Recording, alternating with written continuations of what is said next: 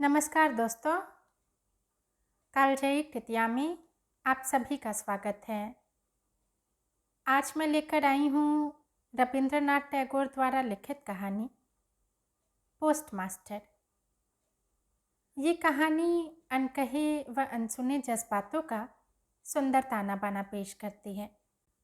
वह अकेलेपन की अंतहीन पीड़ा को बेहद मार्मिक ढंग से उभारती है। आइए सुनते हैं कहानी पोस्टमास्टर। पहले पहल नौकरी शुरू करते ही पोस्टमास्टर को उलापुर गांव आना पड़ा। गांव बहुत साधारण था। पास ही एक नील कोठी थी। इसीलिए कोठी के स्वामी ने बड़ी कोशिश करके नया पोस्ट ऑफिस खुलवाया था। हमारे पोस्टमास्टर कलकत्ता के थे। पानी से निकलकर सूखे में डाल देने से मछली की जो दशा होती है, वही दशा इस बड़े गांव में आकर इन पोस्टमास्टर की हुई।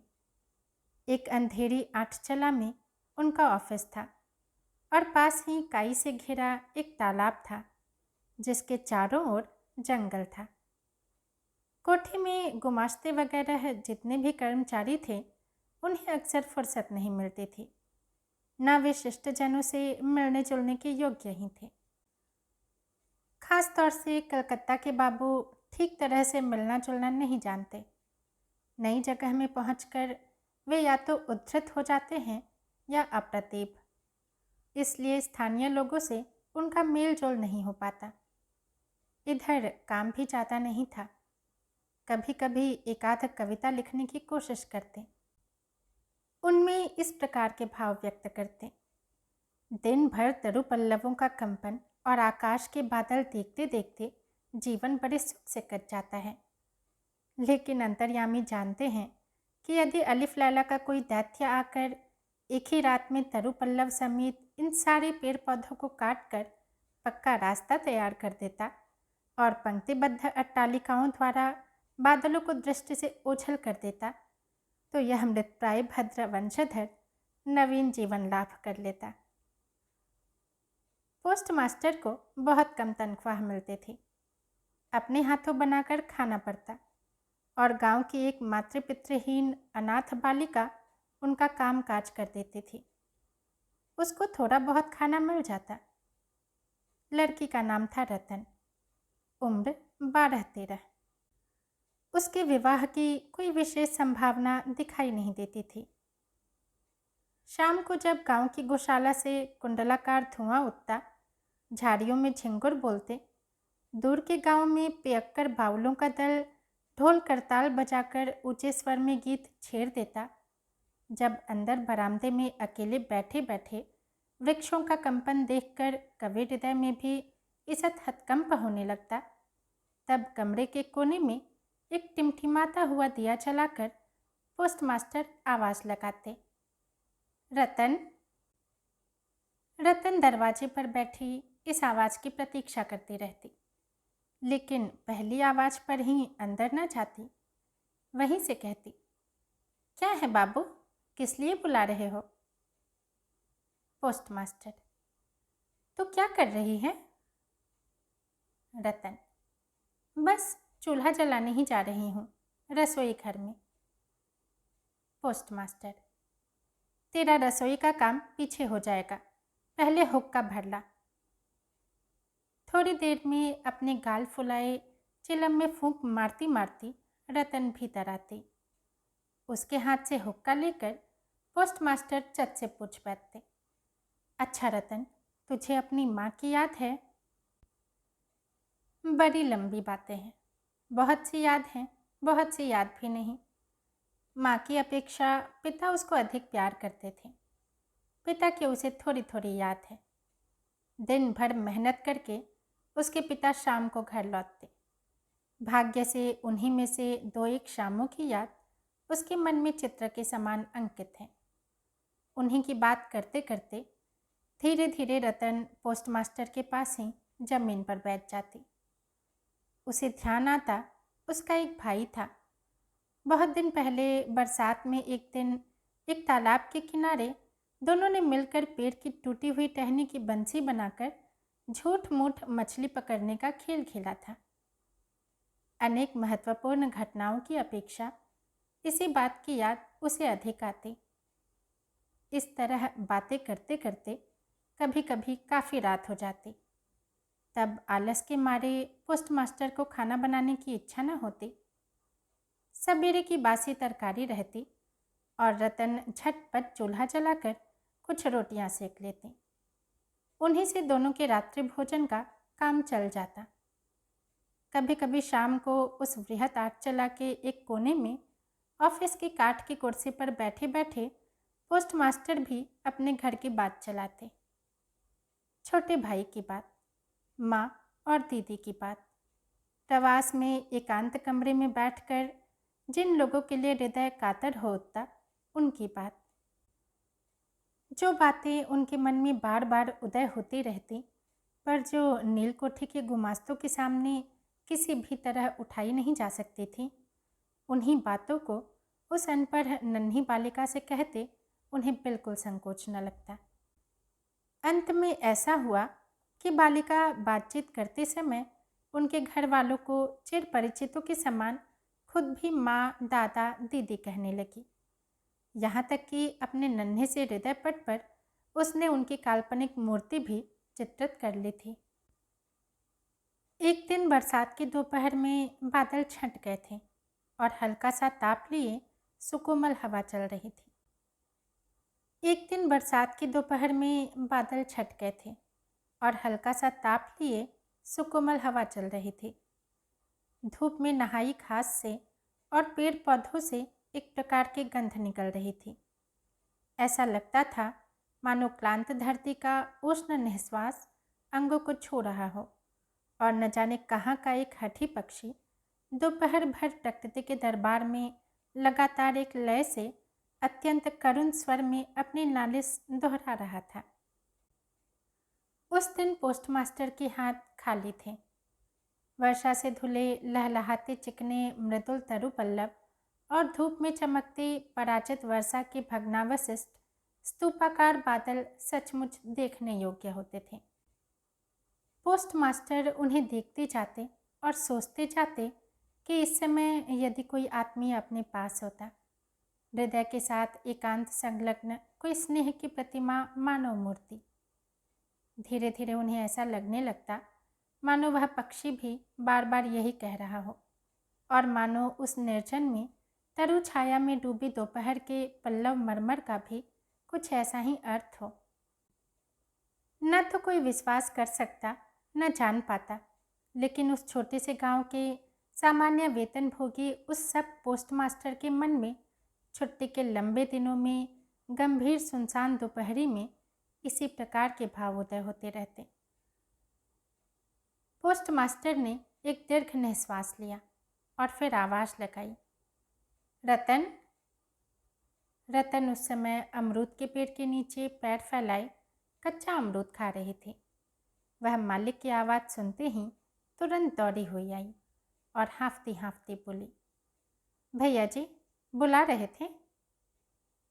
पोस्टमास्टर ने कहा, मैं तुझे थोड़ा थोड़ा करके पढ़ना सिखाऊंगा।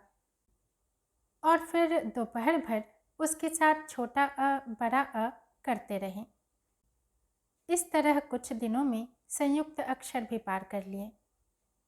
सावन का महीना था। लगातार वर्षा हो रही थी। गड्ढे, नाले, तालाब सब पानी से भर गए थे। रात दिन मेढक की टर टर और वर्षा की आवाज़।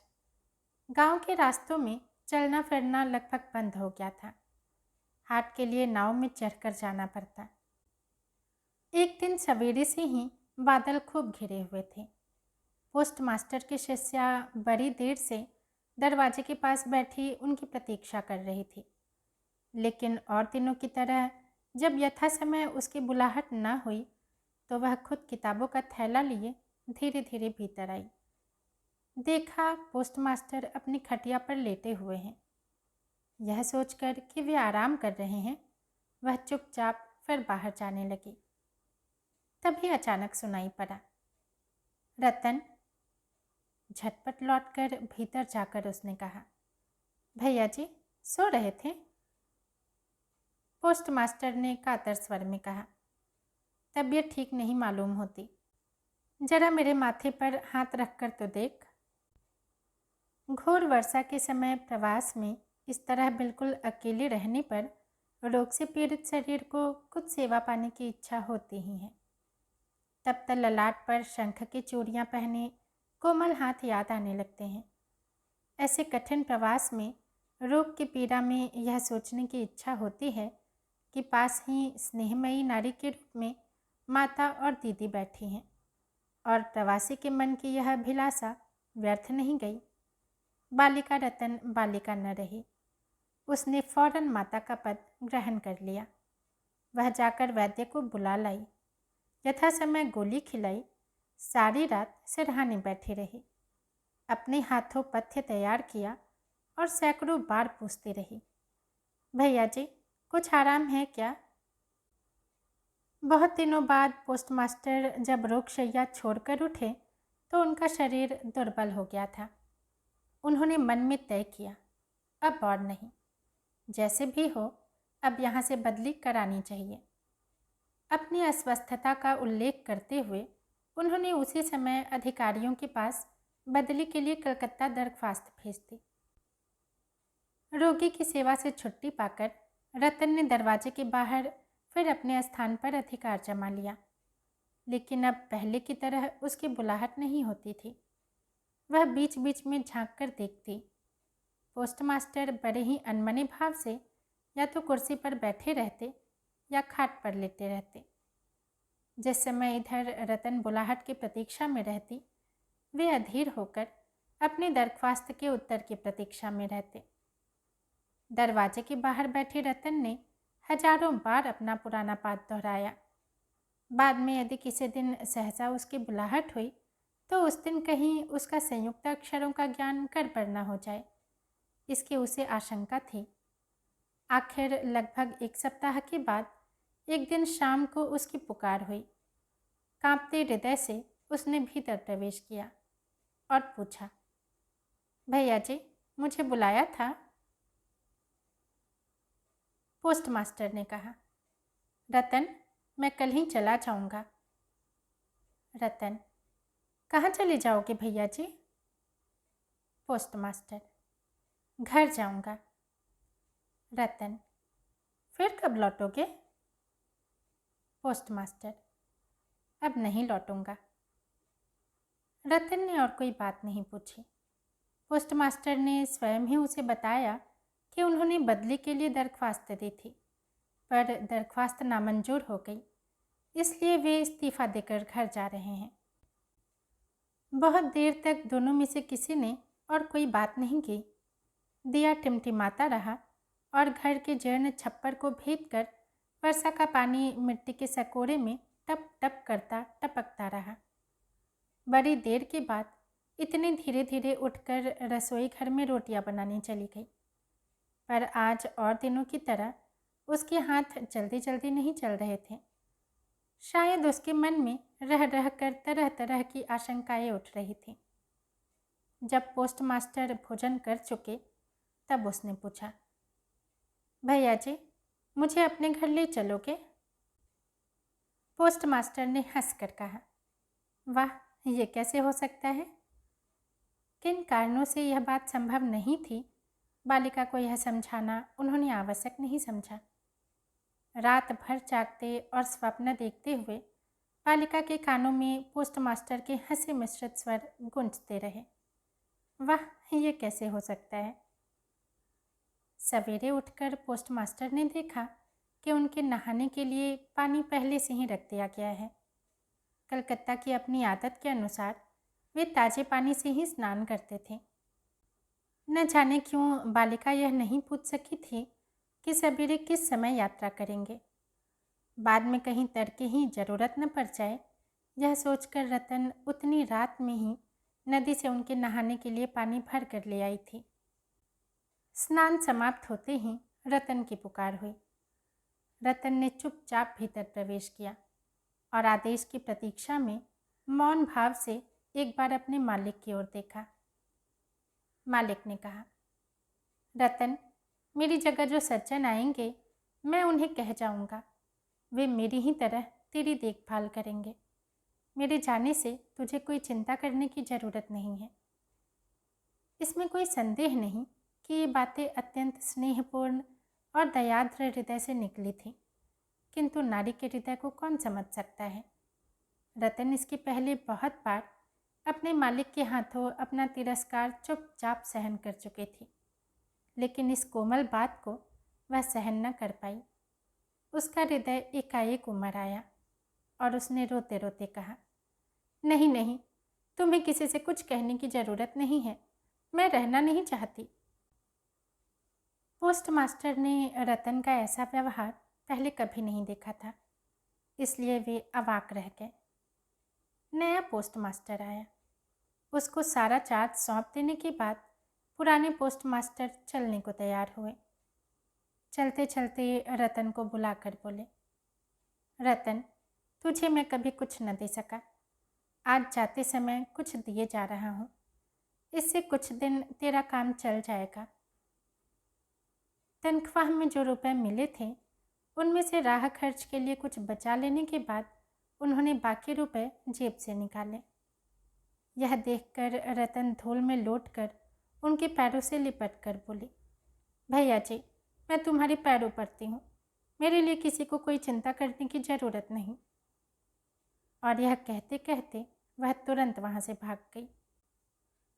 जब वे नौका पर सवार हो गए और नाव चल पड़ी, वर्षा से उमड़ी नदी धरती की छलछलाती अश्रुधारा के समान चारों ओर छलछल करने लगी, तब वे अपने हृदय में एक तीव्र व्यथा का अनुभव करने लगे। एक साधारण ग्रामीण बालिका के करुण मुख का चित्र मानो विश्वव्यापी वृहत अव्यक्त मर्म व्यथा प्रकट करने लग गया। एक बार बड़ी जोर से उनकी इच्छा हुई कि लौट जाएं और जगत की गोद से वंचित उस अनाथिनी को साथ ले जाएं, लेकिन जब तक पाल में हवा भर गई थी, वर्षा का प्रवाह और भी तेज हो गया था। गांव को पार कर चुकने के बाद नदी किनारे का श्मशान दिखाई दे रहा था और नदी की धारा के साथ बढ़ते हुए पथिक के उदास हृदय में यह सत्य उदित हो रहा था, जीवन में न जाने कितना वियोग है, कितना मरण है, लौटने से क्या लाभ, संसार में कौन किसका है। लेकिन रतन के हृदय में किसी भी सत्य का उदय नहीं हुआ। वह उस पोस्ट ऑफिस के चारों ओर चुपचाप आंसू बहाती चक्कर काटती रही। शायद उसके मन में हल्की सी आशा जीवित थी कि हो सकता है भैया जी लौट आए। आशा के इसी बंधन से बंधी वह किसी भी तरह दूर नहीं जा पा रही थी। हाय रे बुद्धिहीन मानव हृदय, तेरी भ्रांति किसी भी तरह नहीं मिटती। युक्ति शास्त्र का तर्क बड़ी देर बाद मस्तिष्क में प्रवेश करता है। प्रबल से प्रबल प्रमाण पर भी अविश्वास करके मिथ्या आशा को अपनी बाहों से जकड़कर तो भरसक छाती से चिपकाए रहता है। अंत में एक दिन सारी नाड़ियाँ काट कर हृदय का सारा रक्त चूस कर वह निकल भागती है।